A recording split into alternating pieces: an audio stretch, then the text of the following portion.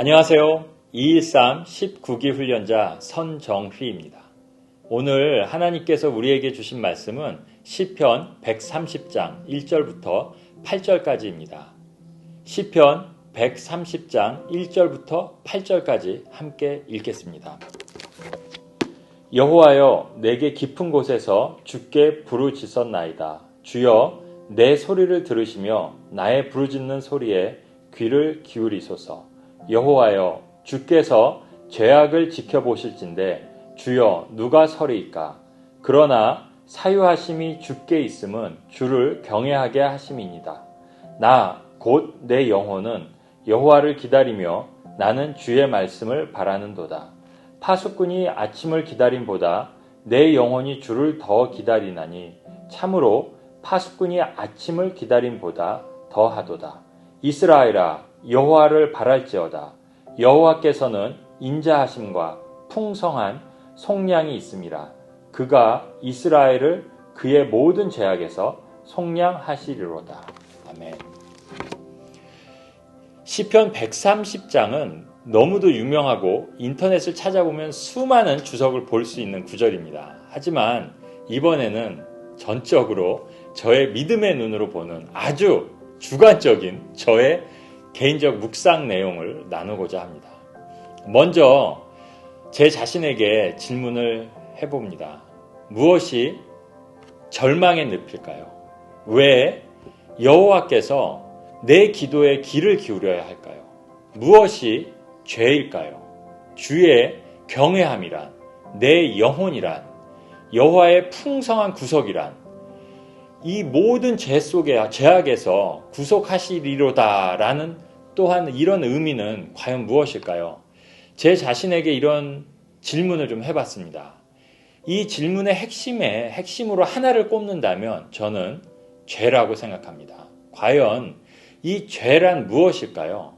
일반적으로 죄라고 표현한다면 범죄, 도덕적인 위반, 종교, 사회적 규범의 위반을 총칭하는 말이라고 합니다. 성경에서는 죄는 사단으로부터 왔으며 아담의 불순종으로 세상에 들어왔다라고 말하고 있습니다. 그런데 저는 이런 죄에 일반적으로 해석하고 있는 죄가 아니라 제가 이 묵상하면서 느낀 죄의 의미를 나눠보고 싶습니다. 대슈 카터는 죄가 너를 향하여 길을 쓰고 달려들으려고 하는 하나라는 뜻으로 죄, 사단은 마치 우리 사자와 같은 것이어서 삼킬 것만 있으면 그 즉시로 달려든다는 의미다라고 합니다. 일반적으로 사회적, 성경적으로 해석하고 있습니다. 저는 구원의 확신을 가지고 있는 크리스찬에게 죄란 복음을 전하지 않는 것이 죄라고 말씀드리고 싶습니다. 왜냐하면 하나님을 진정 믿는다면 저희는 복음을 전하지 않고는 살 수 없기 때문입니다.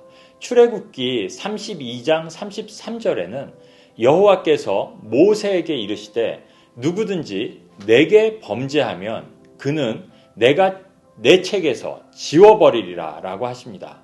요한복음 16장 9절 말씀을 보면 죄에 대하여라 함은 저희가 나를 믿지 아니하며 Men do not believe in me 라고 합니다. 즉 저희가 믿지 않는 것도 죄지만 저희가 복음을 받고 하나님의 자녀로서 살고 있는 저희가 복음을 전하지 않는 것이 죄라고 생각이 듭니다. 절망의 늪은 전쟁이 나서 도둑이 들어서 내가 죽게 생겨서 돈이 없어서 또는 건강이 안 좋아서 사랑하는 이를 먼저 떠나보내고 일자리를 잃어버려서가 아니라고 생각합니다. 우리에게 절망의 늪이란 하나님의 자녀된 내가 그 의무를 행하지 않을 때라고 생각합니다. 그럼 그 의무란 무엇이냐? 우리가 받은 구원의 기쁨을 전하는 것입니다. 내 가까이에 있는 와이프, 자녀, 부모님, 이웃, 직장 동료 등 만나는 한 명 한 명의 영혼을 바라보며 그분의 자녀됨으로 이 땅에서의 삶이 죽더라도 그 너머의 영혼의 삶으로 이어질 수 있는 잃어버린 한 명의 영혼을 복음으로 인도하지 못할 때 그것이 죄라고 생각됩니다. 죄란 바로 내가 나 혼자 믿고 좋아서 신나고 안주하고 만족하고 다른 영혼을 인도하지 않는 것이 하나님의 자녀된 우리에게 죄라고 저는 생각합니다. 진정 내 가슴에 복음의 씨앗이 숨쉬고 있다면 여러분들께서도 경험해봐서 아시겠지만 그분의 위대하심과 그분의 사랑을 전하지 않고는 우리는 가만히 있을 수 없음을 아실 것입니다. 바로 그런 분의 복음을, 사랑을 전하지 않는 것이 죄라고 저는 단연코 말씀드리고 싶습니다. 저는 3년 전에 암수술을 받으며 나도 죽을 수 있구나라는 것을 경험했을 때가 있었습니다. 그동안 내가 소중히 여겼던 것들, 일, 자동차, 집, 각종 모임 등 그 어떤 것도 내 죽음을 대신해 줄 수 없다는 것을 그때 뼈저리게 느꼈습니다. 하물며 저를 사랑하는 와이프, 어머니, 아버지, 제가 맞닥뜨린 그 죽음 앞에서 나를 대신해서 죽어주실 분이 한 분도 계시지 않다는 것을 그때 저는 깨달았습니다. 하지만 오직 예수님만은 가엾은 나의 영혼을 위하여 대신 죽어주신 분이라는 것을 그때 깨닫게 되었습니다. 그분을 믿기만 하면 하나님의 자녀되는 특권을 얻고 육신의 죽음을 넘어 영혼의 삶을 영위할 수 있는 하나님의 자녀되는 복을 나는 어느 누구에게도 전하지 않았다는 그 잘못을, 죄를 깨닫게 되었었습니다. 저는 미국에 와서 교회 출석한 지가 한 23년째 되고 있습니다. 한국에서도 교회를 다녔고, 그런데 내 마음 진정히, 간절히 하나님께서 주신 그 은혜로 거저 얻은 복음을 전해보지 않고 그저 나의 위로를 받기 위해서, 나의 위안을 찾아 교회를 다녔던 내 자신을 고백합니다. 내가 죽음을 직면했을 때 영적인 자녀가 한 명도 없다는 것은 내 삶 중에 얼마나 큰 죄인지 깨닫는 순간이었습니다. 그 후 저는 제자 재생산을 위해 매주 일요일 저녁 7시 30분이면 믿음을 아직 가지고 있지 않는 분을 초대해서 저희 집에서 다과를 하며 복음을 전하고 있습니다. 내 육신의 삶의 시간 중에 단 한 명이라도 영적인 자녀를 품고 싶은 마음이 간절합니다. 저는 지난 3개월 전 다시 암이 재발해서 수술을 하고 지금은 14차의 항암 면역 치료를 받고 있습니다. 이 와중에도 한쪽에서 재발하여 암세포가 커지고 있는 것을 보고 있습니다. 이 또한 저에겐 얼마나 감사한지 모르겠습니다. 왜냐하면 나는 죽을 수 있는 존재라는 것을 잊지 않도록 계속 알려주시기 때문입니다. 이 경고가 만약 없다면 저는 그저 저의 만족과 위로와 안위를 위해서 예전처럼 살아가고 있을 것이기 때문입니다. 이 영상을 보시는 한 분에게 전해드리고 싶습니다.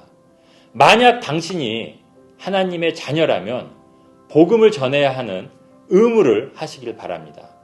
만약 당신이 하나님의 자녀라는 확신이 만약에 없으시다면 저에게 연락을 주시면 제가 직접 제 주머니를 털어서 밥 사드리고 커피 사드리며 당신의 말씀을 들어드리겠습니다. 용기 내어 저에게 연락 주시기 바랍니다. 감사합니다. 기도하겠습니다.